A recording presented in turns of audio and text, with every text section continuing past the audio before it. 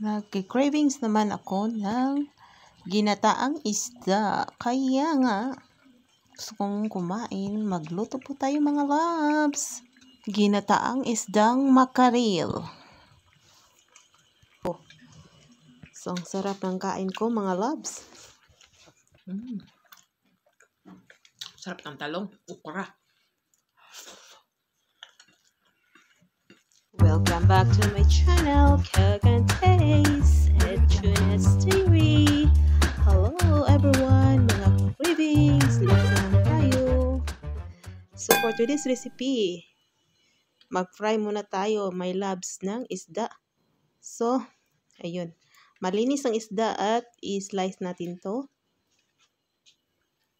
So mag-fried muna tayo mga loves. So, budburan lang natin yan ng asin.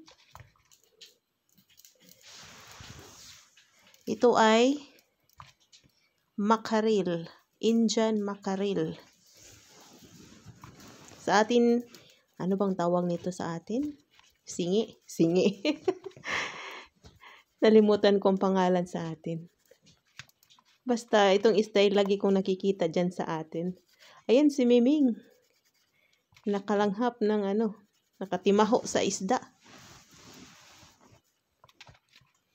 Same kami ni Miming. Paborito naming isda. Ayun o. So, naglagay po ako ng asin. Talagang mag-craving talaga. Lalo na sa tulad ko nandito sa abroad. Na masarap kumain ng ating mga Filipino food. Filipino food is the best. So, mainit na ang mantika mga loves. So, lagay na natin ang ating fish. So, fry the fish first.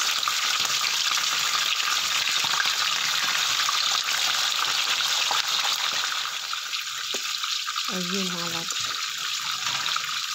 Maganda na tong kawali na bili ko mga loves. Kasi every time na bumili ako ng kawali ay nasisira. Pero ito ay 64 euro. Mas siya. Mas mataas ang presyo. Kaya maganda na tong kawali na mga loves.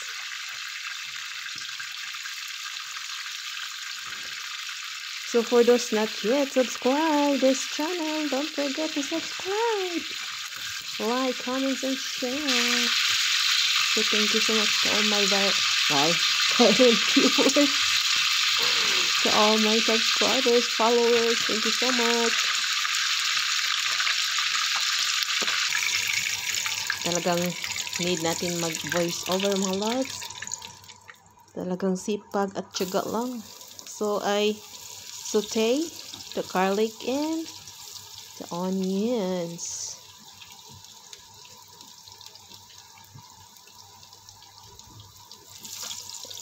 Wala naman akong ginger. Maglagay tayo later ng ginger powder. So iba-iba namang style ang ating ginataang isda. So this is my version. Maglagay ako ng tomatoes. This is cherry tomatoes.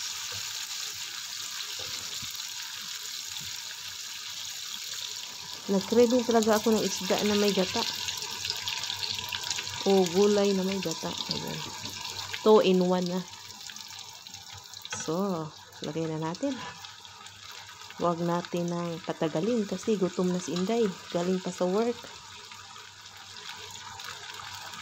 Ako lang kakain nito mga loves kasi ayaw nilang kumain. At mahirap ditong magluto ng isda kasi ayaw nila yung baho.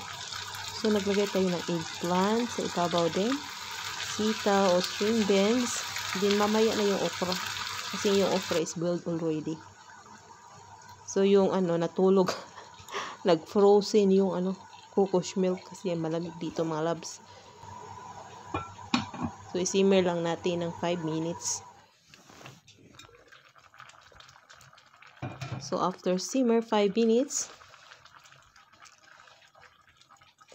so maglagay na tayo ng mga pangpasarap dyan. So, 1 teaspoon black pepper. Maglagay din tayo ng ginger. 1 teaspoon. Paprika. 1 teaspoon. Pangpalasa ito mga loves. Din maglagay din tayo ng Knorr. Parang ano to, magic syrup. 1 teaspoon. Hindi na ako mag-asin mga loves. Ay, maglagay pala ako. Just a sprinkle of salt. Not much. Chili. Masarap ang ginataan natin kasi may nakabili ako ng labuyo. So, ito na yung okra. Lady finger. Lady finger pala ito. Okra. So, malapit ng maluto mga loves. Mukbang naman tayo nito mga loves. Cook and taste. Of course, pag magluto, kakain din tayo.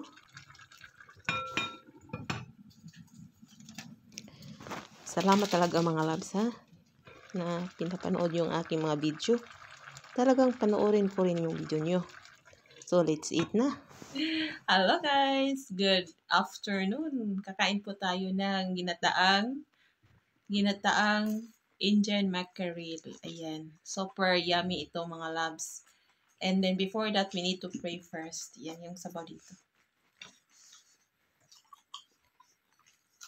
Thank you, Lord. So, let's eat mga loves.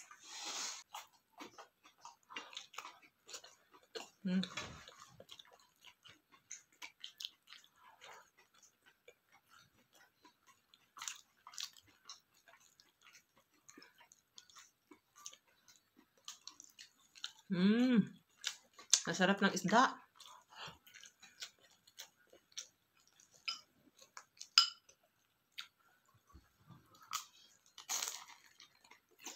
Ayan, may sili.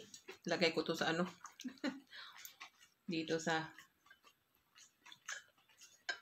Ayan, may sili pa. Daming sili, oh.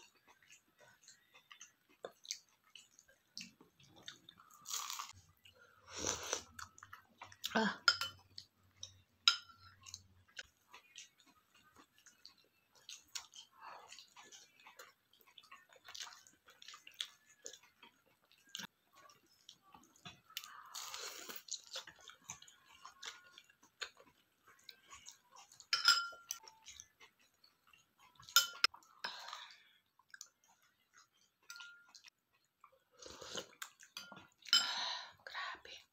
Sarap.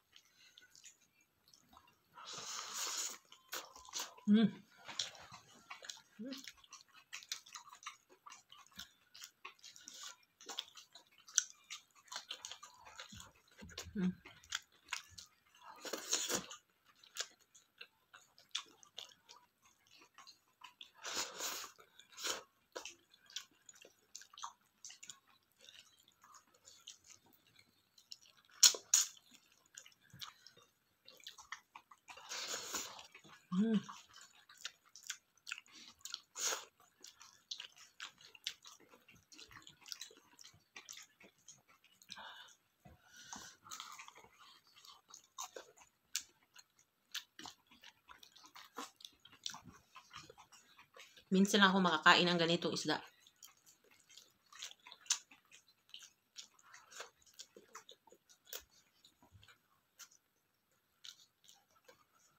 Can put there, darling, because you are disturbing.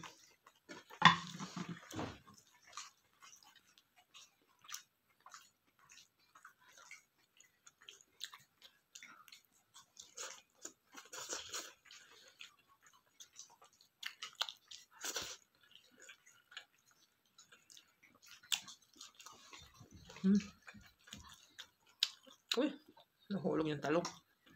Talong.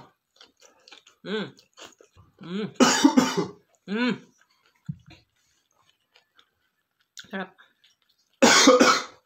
Slowly.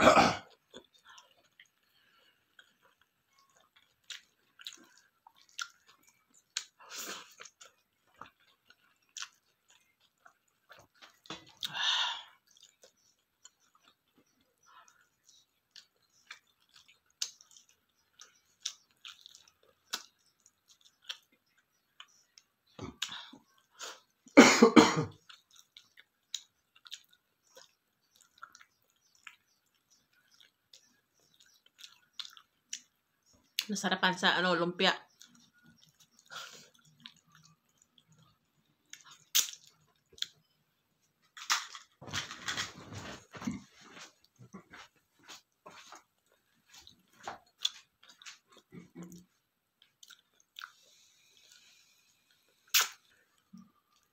Pangalawa na to mga labs.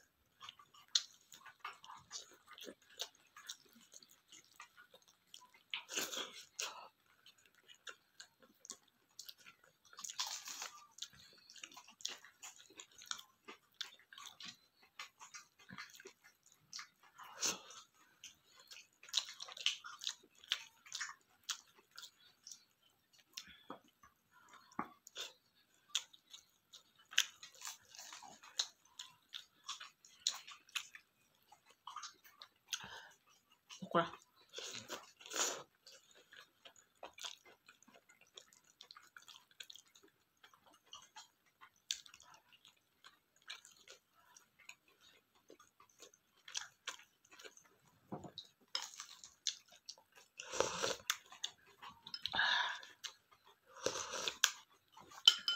The best yung sabaw.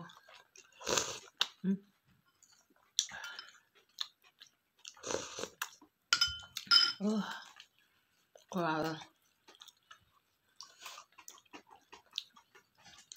Thank you so much mga my loves sa nanood ngayon sa oras na to. Thank you so much everyone. And thank you for all your support on this channel. And for those not yet subscribe this channel, and don't forget to click the subscribe, like, comments, and share. Thank you everyone. Bye-bye. Ingat po kayo. See you next recipes here in Tuna's Diary. Cook and taste and Tuna's Diary.